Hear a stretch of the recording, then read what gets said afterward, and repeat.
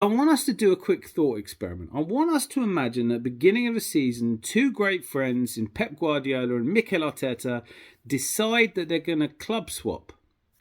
Keys in a bowl, Pep pulls out Arsenal, Mikel pulls out Man City.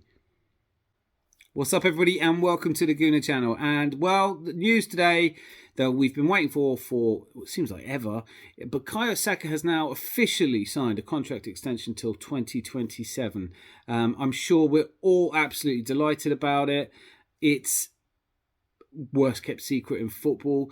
But the only caveat to my unrestrained happiness at his agreeing to remain at Arsenal for another 4 years is that I do feel a little bit patronised about how this information has been kept back just to be released in the event that we don't win the league, just to keep us happy. I feel like we're all grown-ups. We can all take the disappointment of not winning the league this season. It is a great time to be an Arsenal fan. There is a lot to be optimistic about. We have a very young side and a manager who's obviously lives and breathes the club and wants success for it. So I don't really understand why they couldn't have released this information sooner. Maybe it is just that, Saka's only just decided to sign it. But this has been, TalkSport and all the media outlets had announced this in February, or late February, early March. So this isn't going to surprise anyone. I am thrilled about it. Well done, Bukayo. And I really do see him as a Rocastle type player who can really carry our hopes and ambitions on. So I'm thrilled he's going to be at the club. But what I really want to talk about is, we have now lost the title to Manchester City, who've gone on to win their first 3 in a row. And obviously they're on for what would be a famous treble. And I don't have a dog in this fight anymore. Do I think they'll beat Inter? Yes, I do. And I also think they'll beat Man United. But they're both cup games and you can't tell. I'm more interested, though, in this question, and it's come up everywhere, and is, essentially, Robbie Lyle at AFTV asked it, is the Premier League becoming a farmers' league? And by that, what obviously people are saying is it good for English football that one team is so utterly dominant? Is this the best team we've seen? This is a Man City who over the last few years have got to 100 points, which is in itself arguably the greatest achievement of any Premier League football team.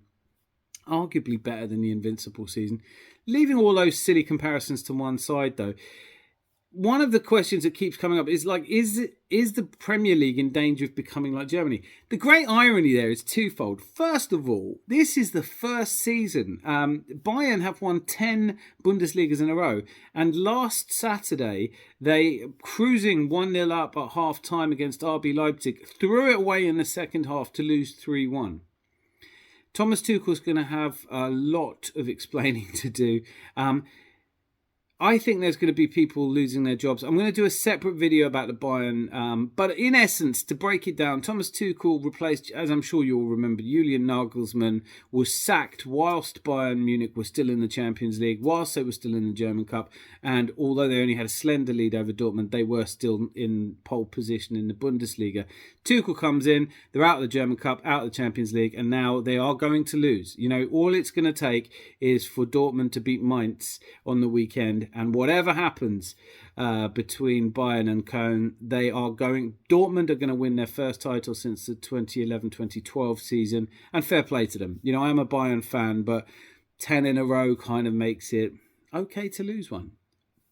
So the comparison to Germany, kind of ill-chosen at this moment in time, because this is the first time Germany will see new champions. And who knows where it's going to go after this. It's all fallen apart for Bayern because they weren't able to replace the goals that they were getting from Lewandowski.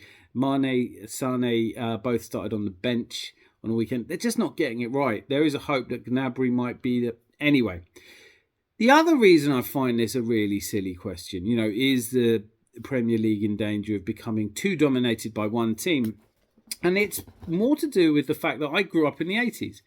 Now, the Liverpool team I grew up watching were indomitable. They absolutely, head and shoulders above anyone else, won 6 titles in the 80s. Obviously, there's 89 where we sneak one in at the end, and Everton.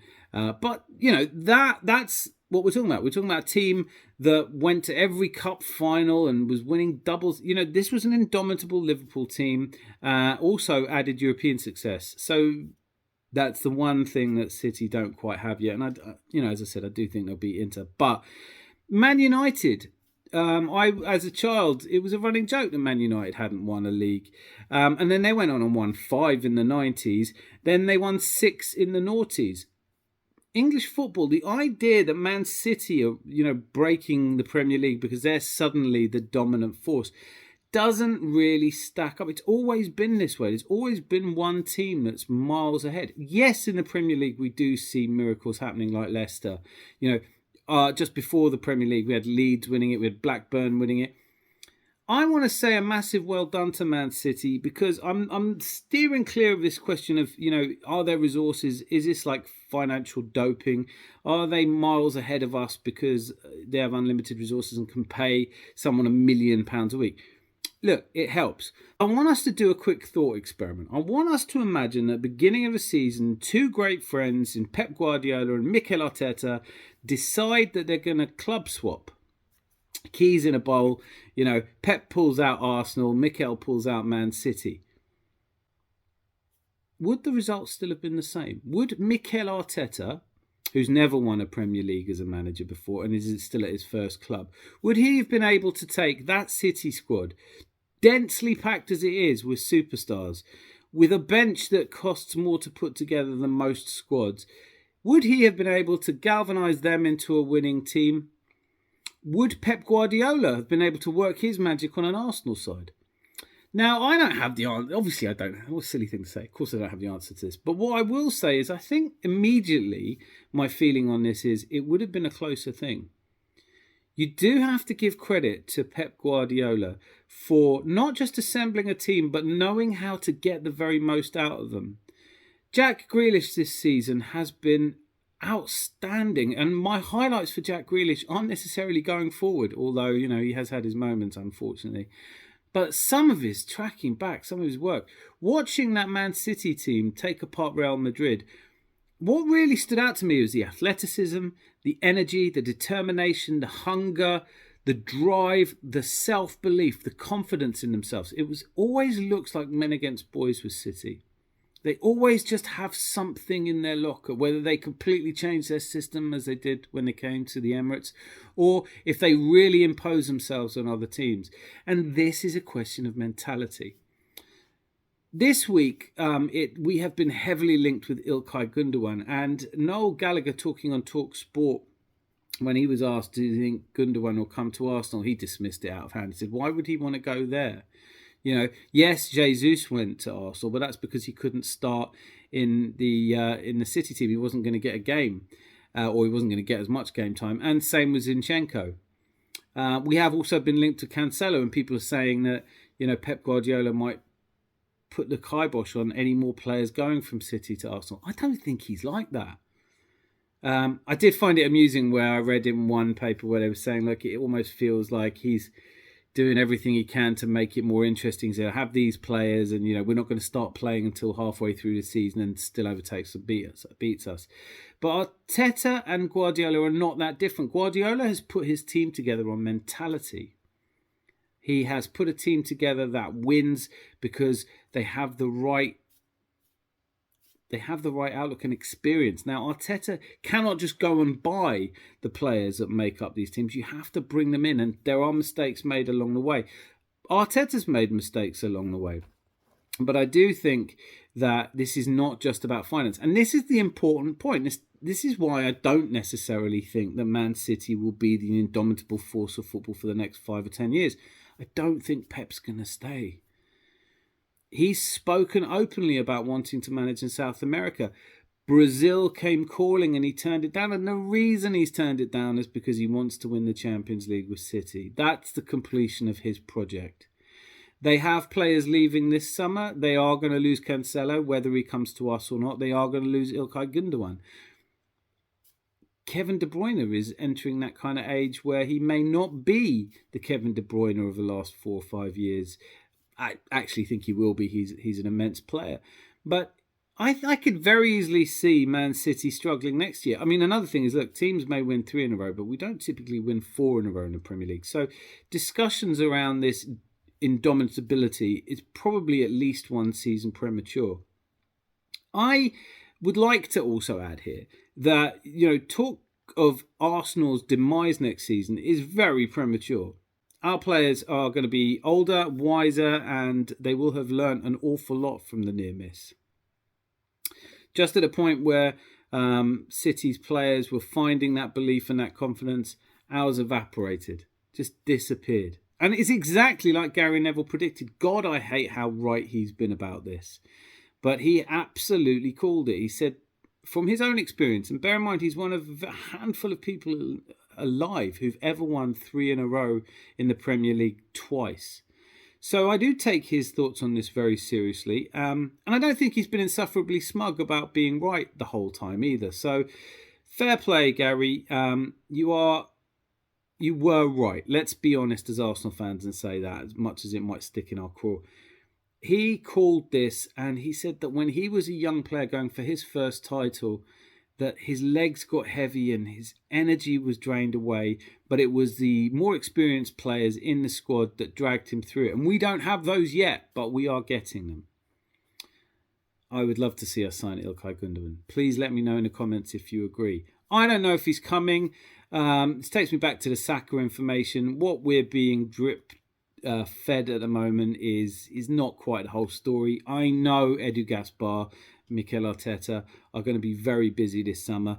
I think to realistically challenge for the title next season, we may need 6, 7, maybe 8 players.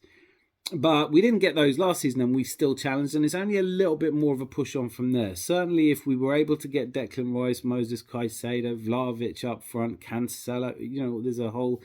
We've all seen the rumours. But if we can add those kind of players to the squad, then there's no reason I think that we can't be challenging for the title again next season. Certainly, Liverpool have a huge rebuilding to do. They have, the goodbyes they said to players, Naby Keita, Milner, Oxlade-Chamberlain, and Fabinho. They have a rebuilding work to do. Man United, Ten Hag, he's got a similar job to do that Arteta had. There are just players in that squad he has to get rid of. He may not get a lot of money for. Newcastle, they have to buy intelligently, and these are not easy times to go out and buy exactly the kind of players, and they're doing it in a sort of organic way as well. So I don't see any reason to think that Chelsea is suddenly going to snap their fingers and Pochettino is going to do what he's never done before. I do think that we are building in the right direction. I am going to be covering the transfer window every day. And it's a silly season. I'm going to try and stick to stories that seem to have weight to them. But I do want to hear from you that thought experiment question I had, which is, if Pep had managed Arsenal this season and Mikel had managed Man City, would City still be champions or would Arsenal be champions? My feelings on this are, I think the result would have been the same, but it probably would have been a little bit close, quite a bit closer. Anyway. Thank you so much for watching up to this point. I'm sure you've already clicked subscribe. Don't click it twice because it unsubscribes you. That would be a disaster. If you like this video, click like, share it with everyone. And if you've got any comments, put them down below and I do respond to every single one. Lots of love and be lucky.